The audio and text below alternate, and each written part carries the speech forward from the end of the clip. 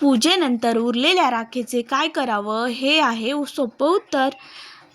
घरात दररोज किंवा सणासुदीला पूजा करताना आपण देवासमोर फुले, उदबत्ती, धूप किंवा हवन याचा वापर करतो. पूजा संपल्यानंतर उरलेली राख किंवा भस्म अनेकदा निरुपयोगी समजून कचऱ्यात टाकली जाते. पण धार्मिक परंपरेनुसार हे योग्य मानले जात नाही, कारण पूजेत वापरलेल्या प्रत्येक वस्तूला पवित्रतेचा स्पर्श झालेला असतो. त्यामुळे तिचा आदर राखणे आवश्यक असते.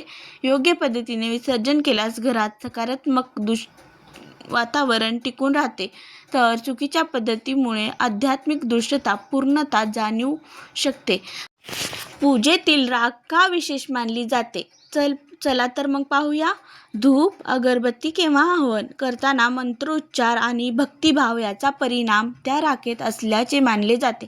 त्यामुळे ती साधा कचरा नसून पूजेचा अवशेष मानला जातो. ज्योतिष आणि धार्मिक मान्यतेनुसार अशा वस्तूचा अपमान केल्यास घरातील समाधान कमी होते आणि वातावरण नकारात्मक होऊ शकते. म्हणूनच राख कचरापेटीत टाकू नये असे सांगितले जाते.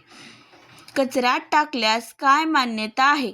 परंपरेनुसार देवपूजानंतर उरलेला अवशेष अनादराने फेकणे अशुभ मानले जाते. अनेक जण अज्ञानामुळे असे करतात, मात्र असे केल्याने घरातील शांती, समृद्धी आणि मानसिक समाधान कमी होते आणि श्रद्धा आहे.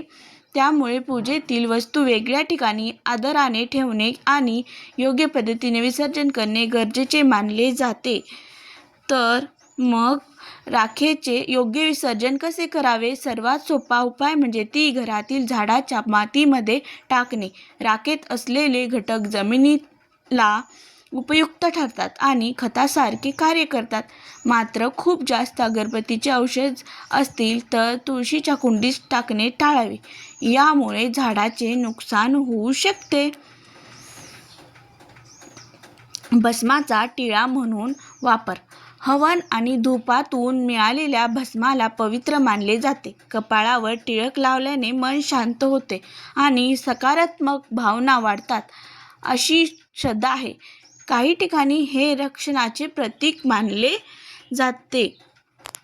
आणि अजून पाण्यात किंवा जमिनीत विसर्जन. शक्य असल्यास राख स्वच्छ वाहत्या पाण्यात सोडावी. नदी उपलब्ध नसल्यास स्वच्छ मातीमध्ये छोटा खड्डा करून ती पुरावी. यामुळे पूजेचा मान राखला जातो आणि पर्यावरणालाही हानी होत नाही.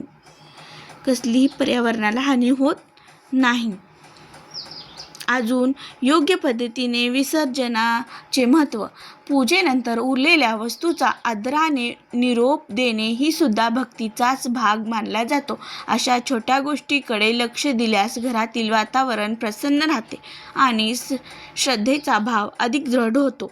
त्यामुळे पूजेच्या वेळी पूजा झाल्यानंतर राख कचऱ्यात न टाकता योग्य प्रकारे विसर्जित करण्याची सवय लावणे हितावह ठरेल.